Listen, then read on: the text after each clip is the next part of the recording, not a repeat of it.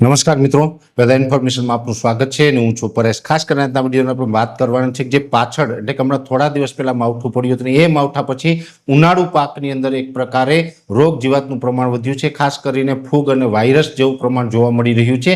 તો હવે આમાં શું કરવું જોઈએ? પહેલી વાત તો એ છે કે આપણે ત્યારે પણ વિડીયોની અંદર જ્યારે માવઠાની આગાહી આપતા હતા ત્યારે એક ઉલ્લેખ કર્યો હતો કે જે આ 19-20 તારીખમાં માવઠું થવાનું છે એ માવઠું જે વિસ્તારમાં થાય ને એ પાલર પાણી કાઢી નાખવું જોઈએ। એટલે હજી પણ દરેક ખેડૂત મિત્રો ખાસ આ નોંધ લે, પાણીનો સમય થયો હોય કે નો સમય થયો હોય, જે વિસ્તારમાં માવઠું થયું છે એ વિસ્તારમાં કમસે કમ આપણા પાકમાં કૂવાનું અથવા તો બોરનું પાણી આપી દેવું જોઈએ, પાલર પાણી કાઢી નાખવાનું। પહેલું કામ એ કરવાનું છે। બીજું કામ એ કરવાનું છે કે હવે એમાં ફૂગને અથવા તો જે વાયરસ છે એને કંટ્રોલ કરવા માટે થઈને કોઈ પણ ઈલાજ કરવો જોઈએ। પહેલી વાત તો એ છે કે જો આપણે પ્રાકૃતિક ખેતી કરતા હોય તો એના માટે આપણે વારંવાર કહીએ છીએ કે ભાઈ ગૌમૂત્ર અને છાશ, ગૌમૂત્ર છે એક પંપમાં 500 ml અને 500 ml છાશ છે ઓછામાં ઓછી 2 મહિના જૂની અને વધારેમાં વધારે 9 મહિના જૂની હોવી જોઈએ। એટલે છાશ અને ગૌમૂત્ર છે એનાથી પણ તમે આ નિયંત્રણ કરી શકો છો।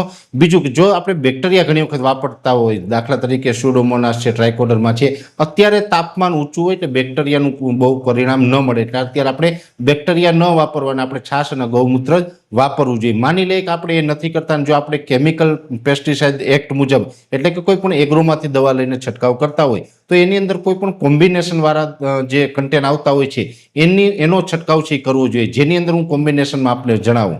દાખલા તરીકે આપણે પાવડર ફોર્મની અંદર મેટાલિક્સિલ અને મેન્કોજેબ દરેક કંપની બનાવે છે, કોઈ પણ સારી કંપનીનું મેટાલિક્સિલ મેન્કોજેબનો છંટકાવ કરીએ તો એ પણ ચાલશે। એઝિસ્ટોબિન મેન્કોજેબ છે એ પણ ઘણી બધી કંપની બનાવે એ પણ ચાલે। કાર્બેન્ડિઝમ મેન્કોજેબ આવે એ પણ ચાલશે, અથવા તો એઝિસ્ટોબિન અને પ્રોપિકોનાઝોલનું કોમ્બિનેશન આવે છે એ પણ ચાલે। એટલે આ જે અલગ અલગ મેં તમને જે કન્ટેન્ટ બતાવ્યા છે દરેક કંપની બનાવે છે।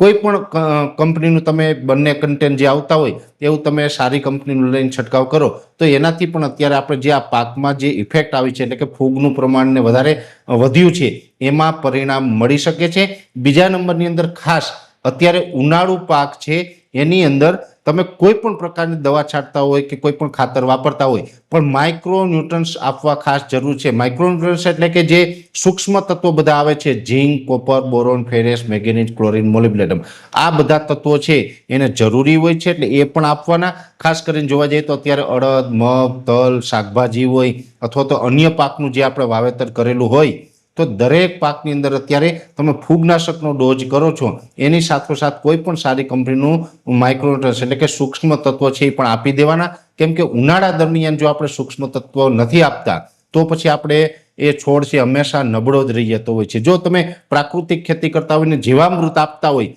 તો તમારે સૂક્ષ્મ તત્વો આપવાની જરૂર નથી। માની લઈએ કે આપણે પ્રાકૃતિક ખેતી નથી કરતા અને રાસાયણિક ખેતી કરીએ છીએ તો આપણે પાયાના ખાતર અથવા તો પાછળથી જો કોઈ ખાતર આપ્યું હશે ત્યારે તમે પાયાના ખાતર કે જેમાં NPK હોય અથવા તો કેલ્શિયમ, મેગ્નેશિયમ, સલ્ફર જેવા તત્વો આપેલા હશે પણ સૂક્ષ્મ તત્વો નહીં આપેલા હોય એટલે કે zinc, copper, boron, ferrous, manganese, chlorine, molybdenum આવા તત્વો તમે નહીં આપેલા હોય તો આ તત્વો પણ અત્યારે પાકને આપવા જરૂરી છે।